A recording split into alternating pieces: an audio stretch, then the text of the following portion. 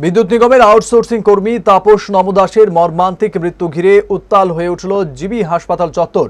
বেশ কিছুদিন পূর্বে কাজ করতে গিয়ে উপর থেকে পড়ে গুরুতর আহত হন তাপস। তাকে দ্রুত জিবি হাসপাতালে ভর্তি করা হলেও চিকিৎসাধীন অবস্থায় শনিবার রাতে তার মৃত্যু হয়। এই মৃত্যুর খবর ছড়িয়ে পড়তেই সহকর্মীদের মধ্যে চরম ক্ষোভ দেখা দেয়। তারা অভিযোগ তোলেন যে বেসরকারি সংস্থার হয়ে তাপস নমদাস কাজ করতেন, তারা কোনো ধরনের সহযোগিতা করেনি। এমনকি দুর্ঘটনার পর চিকিৎসা ও ক্ষতিপূরণ নিয়েও তারা উদাসীন ভূমিকা নেয় বলে অভিযোগ উঠেছে। তার বাড়ি মধুপুর, এই কোম্পানির ভিতরে চাকরি করতে গেলে তার 100 টাকা গাড়ি ভাড়া লাগে। তাহলে 11,500 টাকা তার সংসার চলে। তার ভিতরে জায়গা যদি ডেলি 100 টাকা, তাহলে 3,000 টাকা গেছে। 11,500 টাকার থেকে তার যদি 300 টাকা জায়গা, ডেলি 100 টাকা জায়গা, তাহলে 3,000 টাকা গেছে। তো তার বেতনটা কত টাকা? তো এটা দিয়ে চলে। লোকটা কাজ করতে গিয়ে উন্ডেট হয়েছে এক সপ্তাহতে জিবি ভরে রয়েছে।